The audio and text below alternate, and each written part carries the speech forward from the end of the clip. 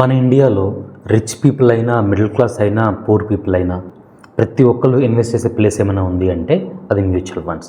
ఎందుకంటే మ్యూచువల్ ఫండ్స్లో 500 రూపాయల నుంచి స్టార్ట్ చేసి కొన్ని లక్షల కోట్ల వరకు ఎంతైనా ఇన్వెస్ట్ చేసుకోవచ్చు.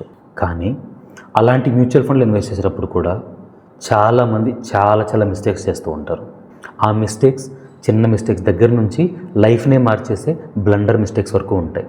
ఈ వీడియోలో ఇండియాలో మ్యూచువల్ ఫండ్లలో ఇన్వెస్ట్ చేసేవారు ఎలాంటి మిస్టేక్స్ చేస్తూ ఉంటారో మనం తెలుసుకుందాం. ఈ మిస్టేక్స్ మీకు తెలియడం వల్ల ఎవరైతే కొత్తగా ఇన్వెస్ట్ చేద్దాం అనుకుంటున్నారో, లేకపోతే ఆల్రెడీ ఇన్వెస్ట్ చేస్తున్నారో వాళ్ళు ఈ మిస్టేక్స్ నుంచి దూరంగా ఉండి మీ ఇన్వెస్ట్మెంట్ని గ్రో చేసుకోవచ్చు. మీరు కనుక ఫస్ట్ టైం మన వీడియోస్ చూస్తుంటే ఇలాంటి మంచి ఫైనాన్స్ వీడియోస్ కోసం మన ఛానల్ సిఏ సాయి కృష్ణకి సబ్స్క్రైబ్ చేసుకోండి. ఈ మిస్టేక్స్లో మీకు తెలియని కొన్ని ఉంటాయి, తెలిసిన కూడా కొన్ని ఉంటాయి. సో స్కిప్ చేయకుండా ఫస్ట్ నుంచి చివరి వరకు చూడండి. మ్యూచువల్ ఫండ్స్లో అందరూ చేసే కామన్ మిస్టేక్ యంగ్ ఏజ్లోనే ఇన్వెస్ట్ చేయకపోవటం. ఎందుకంటే మనందరికి కూడా ఒక మెంటాలిటీ ఉంటుంది, ఒక రైట్ టైం వచ్చినప్పుడు ఇన్వెస్ట్ చేద్దాంలే, లేకపోతే దాని గురించి కంప్లీట్గా తెలుసుకొని ఇన్వెస్ట్ చేద్దాము, లేకపోతే దాని గురించి కంప్లీట్గా నేర్చుకొని అర్థం చేసుకొని ఇన్వెస్ట్ చేద్దాము, లేకపోతే మార్కెట్ పడిపోయినప్పుడు ఇన్వెస్ట్ చేద్దాము.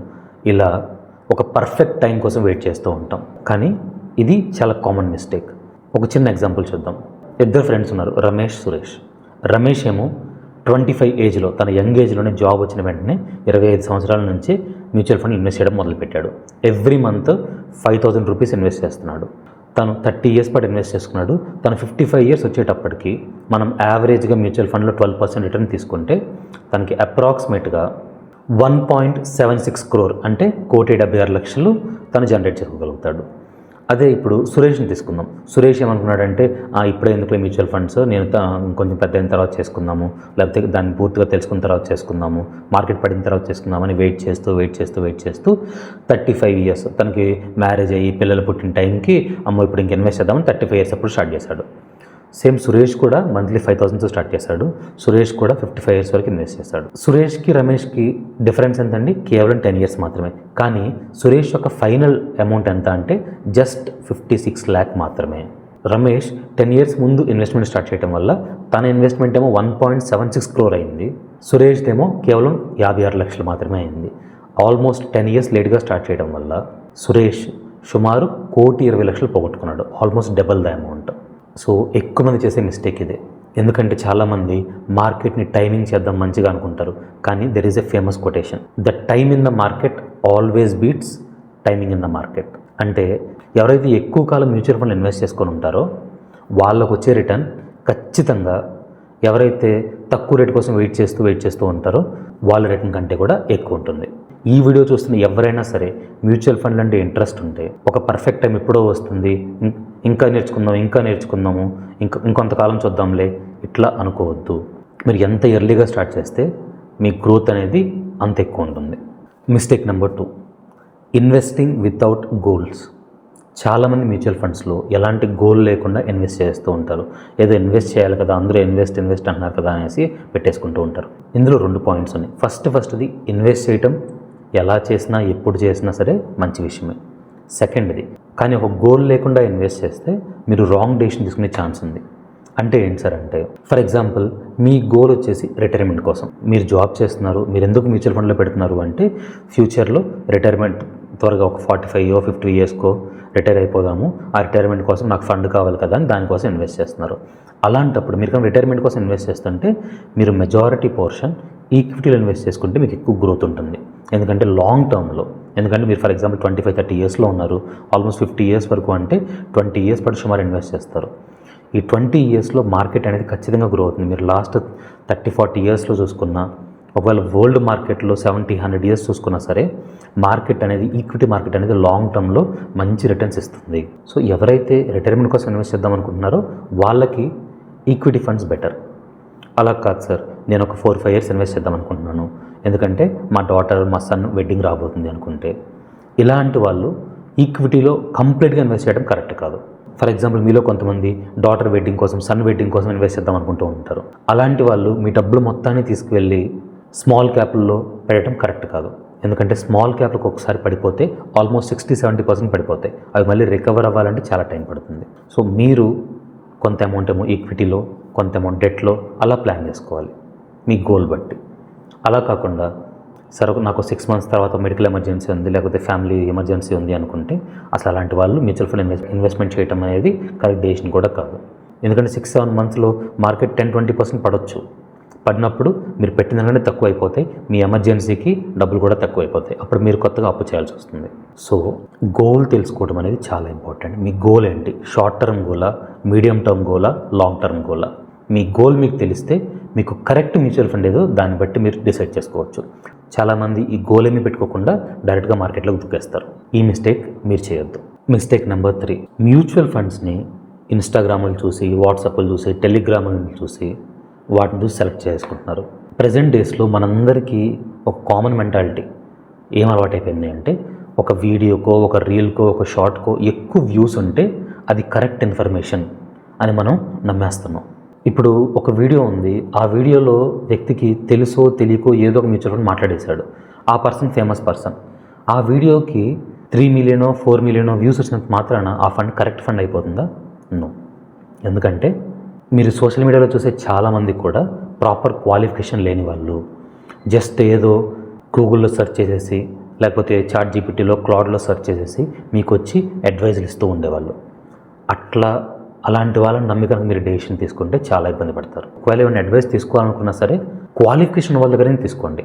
ఒక చార్టర్డ్ అకౌంటెంట్ నుంచి, ఒక కాస్ట్ అకౌంటెంట్ దగ్గర నుంచి, ఒక IIMs గ్రాడ్యుయేట్ దగ్గర నుంచి, లేకపోతే MBA కొన్ని టాప్ ఇన్స్టిట్యూషన్ చేస్తారు, ఇన్సీడ్ అని, లేకపోతే IIMs అని, ఇట్లా చాలా ఇన్స్టిట్యూషన్ చేస్తారు, వాళ్ళ దగ్గర నుంచి, లేకపోతే మోస్ట్ ఇంపార్టెంట్గా సెబీ రిజిస్టర్డ్ ఇన్వెస్ట్మెంట్ అడ్వైజర్స్ నుంచి వాళ్ళ సలహాలు తీసుకొని దాని ప్రకారం మీరు కొంచెం ఫాలో అవడంలో తప్పలేదు. అంతేగాని ఏదో ఒకటి మీరు యూట్యూబ్లో సెర్చ్ చేసి, ఇన్స్టాగ్రామ్లో సెర్చ్ చేసి, ఓకే ఈ వీడియోకి 3 million లైక్స్ ఉన్నాయి, లేకపోతే ఈ వీడియోకి 10 million వ్యూస్ ఉన్నాయి అనేసి ఆ మ్యూచువల్ ఫండ్ ఇన్వెస్ట్ చేస్తాను అంటే అది చాలా రాంగ్. ఎందుకంటే వాళ్ళకి మీరు ఎవరో తెలియదు, మీ రిస్క్ ఏంటో తెలియదు, మీ గోల్ ఏంటో తెలియదు, మీ ఏజ్ ఎంతో తెలియదు, వాళ్ళు ఏదో చెప్పేస్తారు, మీరు దాన్ని నమ్మేసి ఫాలో అయిపోతూ ఉంటారు. అలా చేయొద్దు. ఈ మిస్టేక్ని అవాయిడ్ చేయండి. మిస్టేక్ నెంబర్ 4, మ్యూచువల్ ఫండ్లో ఆల్రెడీ ఇన్వెస్ట్ చేస్తున్న వాళ్ళు చేసే most big and common mistake ఏంటి అంటే selling when market is falling. ఎప్పుడైతే మార్కెట్ పడిపోతుందో అప్పుడు అమ్మేస్తూ ఉంటారు. కానీ యాక్చువల్లీ రియాలిటీలో మీరు చేయాల్సింది దీనికి ఎగ్జాక్ట్ ఆపోజిట్ చేయాలి. ఎందుకంటే మ్యూచువల్ ఫండ్లో ఉన్న ఒక బ్యూటిఫుల్ బెనిఫిట్ ఏంటి అంటే రూపీ కాస్ట్ యావరేజింగ్. అంటే ఫర్ ఎగ్జాంపుల్ మీ దగ్గర 10 లక్షల రూపాయలు ఉన్నాయనుకోండి, మీరు ఒకేసారి లంప్సమ్లో ఇన్వెస్ట్ చేస్తుంటే మీరు ఎదురు కొంటే హై ప్రైస్ దగ్గర కొంటారు, లేకపోతే లో ప్రైస్ దగ్గర కొంటారు, ఇంకా అది మీకు ఫిక్స్డ్, ఇంక మీరు దాన్ని మార్చలేరు లైఫ్ లాంగ్. కానీ SIPలో ఇన్వెస్ట్ చేస్తే SIPలో మీరు ఒక నెలలో ఇన్వెస్ట్ చేసేటప్పుడు తక్కువ రేట్ ఉండొచ్చు, ఇంకో నెలలో ఇన్వెస్ట్ చేసేటప్పుడు యావరేజ్ రేట్ ఉండొచ్చు, ఇంకో నెలలో మార్కెట్ పడిపోయి తక్కువ రేట్ ఉండొచ్చు.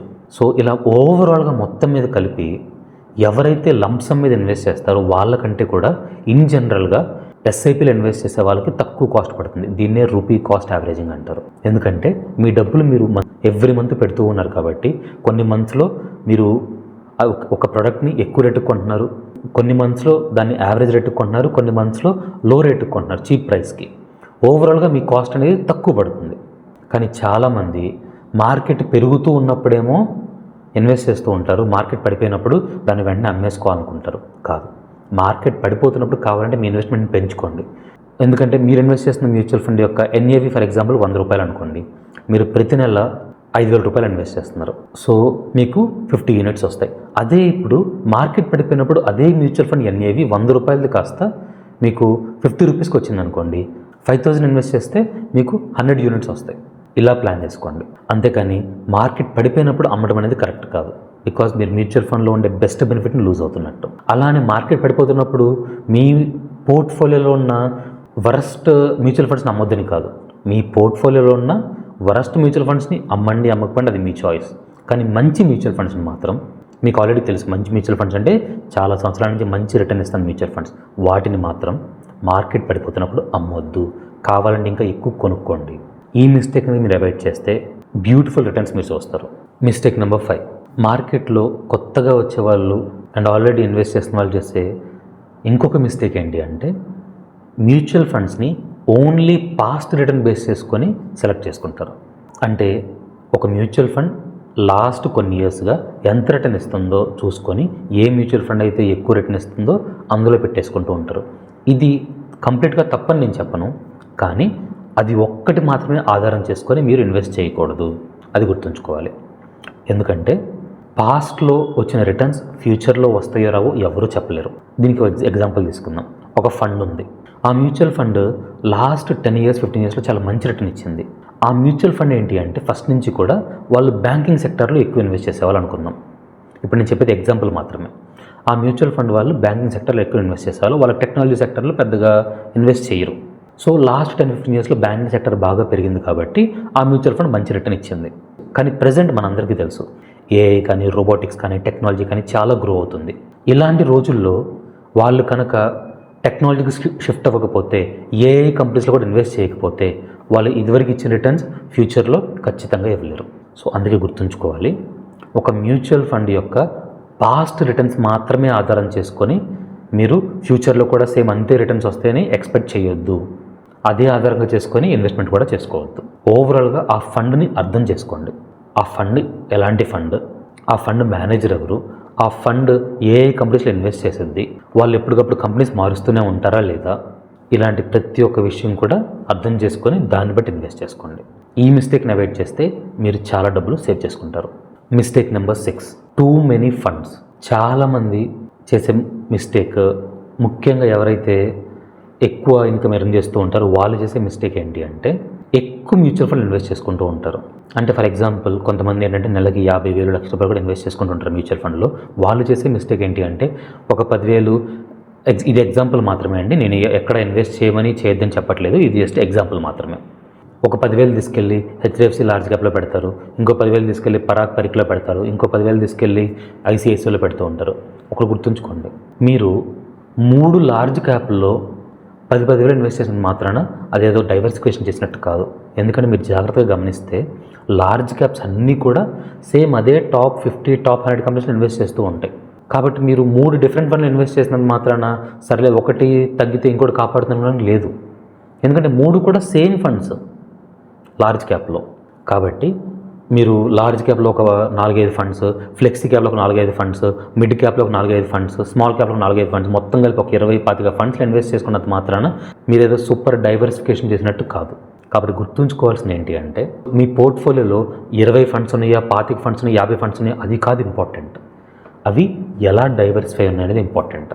లార్జ్ క్యాప్లో నుంచి 1 మ్యాక్సిమం లేకపోతే 2, మిడ్ క్యాప్లో నుంచి 1 లేకపోతే 2, స్మాల్ క్యాప్లో నుంచి కూడా అంతే 1 లేకపోతే 2. నెక్స్ట్ సెక్టర్ ఫండ్స్ ఉంటాయి, ఇన్ఫ్రాస్ట్రక్చర్ అని టెక్నాలజీ అని, అవి మీకు ఇంట్రెస్ట్ ఉంటే వాటి గురించి మీకు బాగా తెలిస్తే 1 లేదా 2, లేకపోతే కొంత గోల్డ్ ఈటీఎఫ్లో సిల్వర్ ఈటీఎఫ్లో కావాలంటే అవి కూడా 1 లేదా 2 ఫండ్స్. ఇలా ఇన్వెస్ట్ చేసుకోండి. అంతేకాని మీకు లార్జ్ క్యాప్ అంటే ఇష్టం కదా అని 10 లార్జ్ క్యాప్లు కొన్నది మాత్రాన ఆ 10 డిఫరెంట్ ఇన్వెస్ట్మెంట్లు అవ్వవు, మీ రిస్క్ ఏమీ తగ్గదు. సో మీ పోర్ట్ఫోలియోలో నెంబర్ ఆఫ్ మ్యూచువల్ ఫండ్స్ పెంచుకోవడం కాదు, వాటి యొక్క కేటగిరీని మార్చుకోండి. కొంత లార్జ్ క్యాప్, కొంత మిడ్ క్యాప్, కొంత స్మాల్ క్యాప్, కొంత సెక్టర్ ఫండ్స్, కొంత సిల్వర్ గోల్డ్ ఈటీఎఫ్స్, ఇలా ఇన్వెస్ట్ చేసుకోండి. అప్పుడు మీ రిస్క్ మంచిగా డైవర్సిఫై అవుతుంది, అన్ని రకాల రిటర్న్స్ని మీరు ఎంజాయ్ చేయగలుగుతారు. ఈ మిస్టేక్ని కనుక మీరు అవాయిడ్ చేయగలిగితే మీరు మంచి రిటర్న్ని పొందుకోగలుగుతారు. Mistake number 7, ignoring expense ratio. చాలామంది మ్యూచువల్ ఫండ్ ఇన్వెస్ట్ చేసే ముందు ఆ ఫండ్ ఎంత రిటర్న్ ఇచ్చిందా, అది మంచిదా కదా అని చూస్తారు, కానీ దాని ఎక్స్పెన్స్ రేషియో చాలా కొంతమంది చూస్తారు. ఎక్స్పెన్స్ రేషియో అంటే ప్రతి సంవత్సరం మనకి రిటర్న్ వచ్చినా రాకపోయినా సరే ఆ ఫండ్ వాళ్ళు మన దగ్గర నుంచి కలెక్ట్ చేసుకునే ఎక్స్పెన్స్ అనమాట, ఖర్చు. ఈ ఎక్స్పెన్స్ రేషియో ఎంత తక్కువ ఉంటే అంత మంచిది. దీనికి ఎగ్జాంపుల్ ఏంటి అంటే ఫర్ ఎగ్జాంపుల్ 2 ఫ్రెండ్స్ ఉన్నారు, ఇద్దరు కూడా 10 లక్షల రూపాయలతో స్టార్ట్ చేస్తున్నారు ఇన్వెస్ట్మెంట్. ఇద్దరు కూడా 10 లక్షలతో స్టార్ట్ చేస్తున్నారు, ఇద్దరు 20 సంవత్సరాలకి ఇన్వెస్ట్ చేస్తున్నారు. కానీ వాళ్ళిద్దరికీ వచ్చే రిటర్న్ కూడా ఆల్మోస్ట్ 12% యాన్యువల్గా. సో వాళ్ళు ఇన్వెస్ట్ చేసే అమౌంట్స్ ఏమో, ఇయర్స్ ఏమో, వాళ్ళ ఇంట్రెస్ట్ అంటే వాళ్ళకి వచ్చే రిటర్న్ కూడా సేమ్. కానీ ఒక చిన్న డిఫరెన్స్ ఏంటి అంటే రమేష్ ఇన్వెస్ట్ చేసే ఫండ్కి ఏమో ఎక్స్పెన్స్ రేషియో 1.8%, సురేష్ ఇన్వెస్ట్ చేసే ఫండ్కి ఏమో 0.4%. సో 20 సంవత్సరాల తర్వాత రమేష్ యొక్క 10 లక్షలు 46 లక్షలు అవుతాయి, సురేష్ యొక్క 10 లక్షలు 60 లక్షలు అవుతాయి. సేమ్ 10 లక్షలే, ప్రతి సంవత్సరం సేమ్ 12% రిటర్నే. ఇద్దరు కూడా కేవలం అదే 20 సంవత్సరాలు ఇన్వెస్ట్ చేస్తారు. కానీ ఒకళ్ళేమో 20 సంవత్సరాల తర్వాత 46 లక్షలు పొందుకుంటే ఇంకొకరు మాత్రం 60 లక్షలు. ఆల్మోస్ట్ ఎంత డిఫరెన్స్? 14 లక్షల డిఫరెన్స్. రూపాయి 2 రూపాయలు కాదు, 14 లక్షలు. ఎందుకు ఈ డిఫరెన్స్ అంటే only because expense ratio. So మీరు ఇన్వెస్ట్ చేసే ముందు చాలామంది ఎక్స్పెన్స్ రేషియో గురించి పట్టించుకోరు.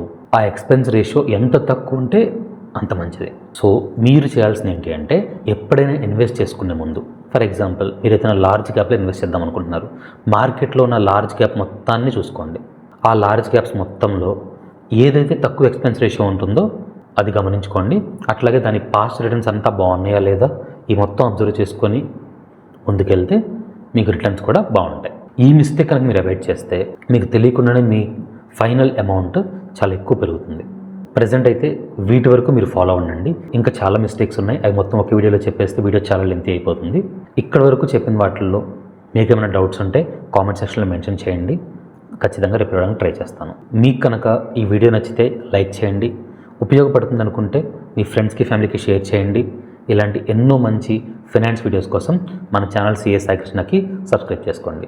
ఎందుకంటే మన ఛానల్లో మనీ ఎలా ఇన్వెస్ట్ చేయాలి, మనీ ఎక్కడ ఇన్వెస్ట్ చేయాలి, మనీ ఎలా సంపాదించుకోవాలి, ట్యాక్స్ ఎలా సేవ్ చేసుకోవాలి, ఇలాంటి ఎన్నో మంచి ఫైనాన్స్ వీడియోస్ మీకోసం ఎప్పటికప్పుడు తెస్తూనే ఉంటామండి. Thank you so much for watching. CA Sai Krishna signing off.